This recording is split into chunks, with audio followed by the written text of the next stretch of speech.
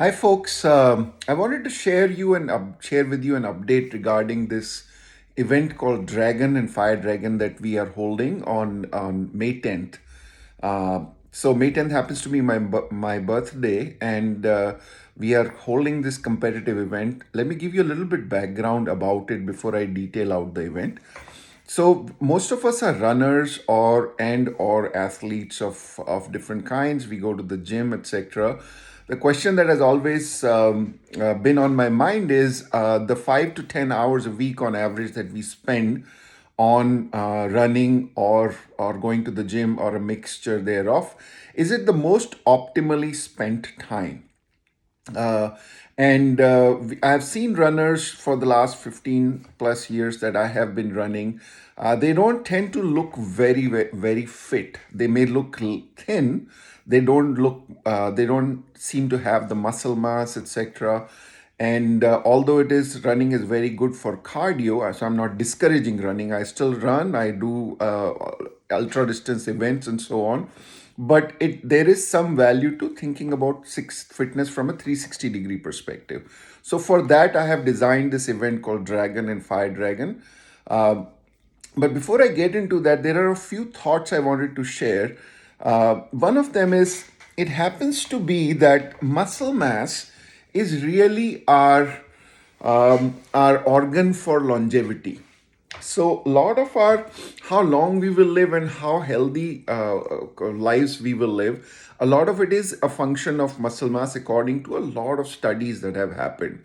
So cardio, cognitive health, and muscle mass, these three will determine how well and long you will live and how functional you will be. So now running by itself tends to make us flabby. Reason is, when you're running long distance, you're losing lean muscle, and then the carb focused food does not really supplement muscle, which is not such a big deal when we are young. But when you're 40 and up, our testosterone is dropping like a stone. So every year we are losing 1% of our muscle mass just by aging, and we are losing our ability to put back more muscle because of the change in hormones for both men and women. So the other thing is, there is some value to aesthetics in terms of your health. So if you look at evolutionary biology, both sexes seek the most aesthetically pleasing opposite sex sample, right? So if it's a guy, the woman is more attracted to a broad-shouldered guy, narrow hips, strong arms, etc. And the other way around, a guy is more attracted to a woman with rounded hips, good shape, not a big belly, and things like that. The reason is, underlying this millions of years of evolution lies the most foundational concept of, is this person would be my best choice for producing children that have the most likely positive outcome. So in aesthetics also lies embedded a very vital part of how healthy we are. And not having a muscle mass is not very intuitively very aesthetically appealing. So for these few reasons, purely doing cardio is not necessarily the most optimally we are spending our time. Last but not the least, this decade of our life, right? Whatever, if you're 40 plus, if you're 50 plus, if you're 30 plus, the effort that you're putting into your physicality is likely gonna impact the last decade of your life. So we want to do the best by ourselves.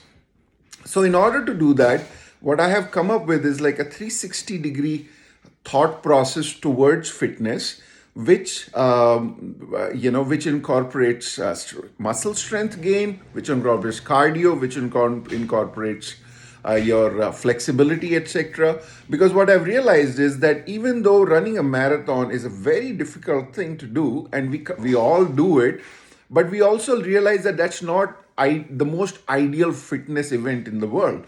but we keep doing it over and over again and trying to kind of wipe away those 1 minute 30 second from our race time. And the reason is there's a lot of street cred and social credibility associated with taking on these difficult events. So, what if we could craft an event that had that element as well? It is difficult, it is challenging, but it induces a training behavior within us during those 5 to 10 hours a week that we put in, that is directed towards the most optimal fitness and longevity outcome for us. That is the goal.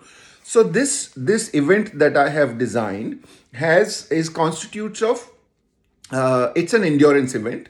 So it constitutes of 10, 10 parts to it, right?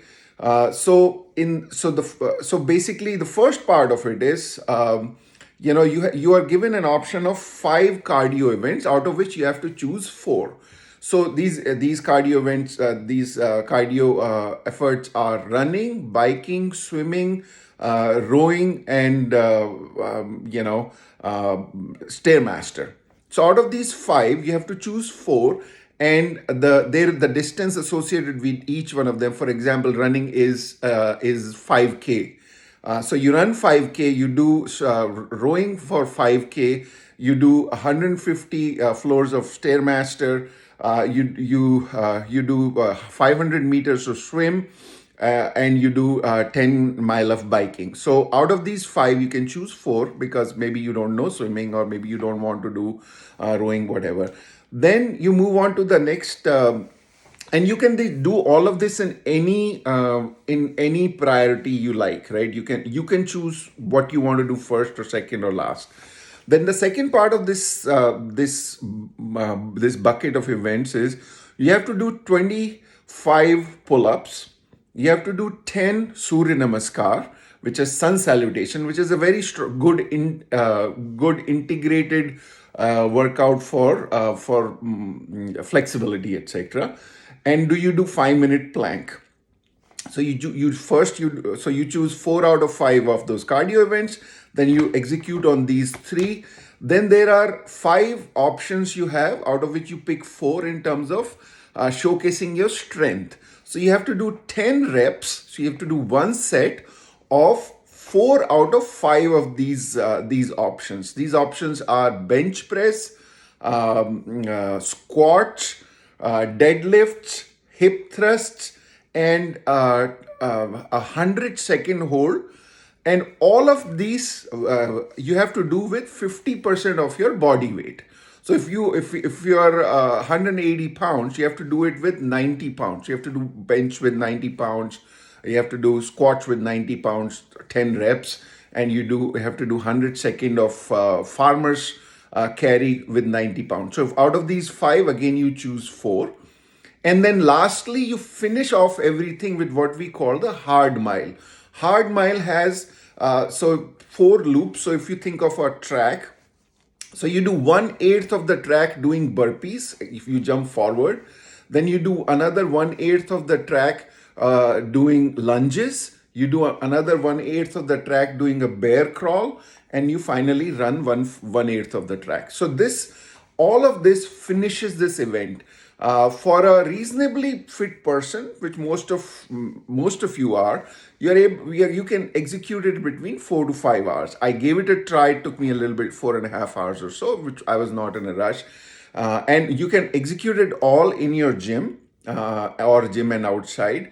And it basically encompasses the 360-degree view of fitness. And as you train for it, you are induced to take on let's say you will have to strength train to be able to do the weight challenge part of it. You will have to do cardio to take on the cardio part of it.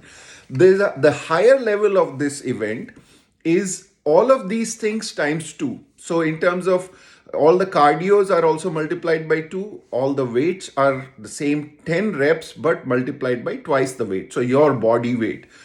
In the Fire Dragon event, which is the more difficult one, which will probably take about 8 hours or so. So for some people it'll take 7, some people will take 9, but on average it should take about 8 hours. And you do the weights with your with your full body weight. So if I am 180 pounds, I have to do 180 a bench press with 180 pounds, 10 reps, and so on. So when by the time you train and execute on an event, whether Dragon, which is the smaller one, or Fire Dragon, the big one, you will have changed your training behavior in a way that is most conducive to building muscle mass, to building cardio strength, to building flexibility, and will serve your 5 to 10 hours that you're investing in your fitness in the most optimal way. That is the understanding here. And we have this event we are organizing on May 10th, this coming May 10th, and you can do it in your gym. And we are going to kind of have medals and so on. So if anyone of you is interested, let me know. But wanted to, if you're we've not executing the event, at least let the thought process sink in, and make your fitness journey count for more. Thank you, guys.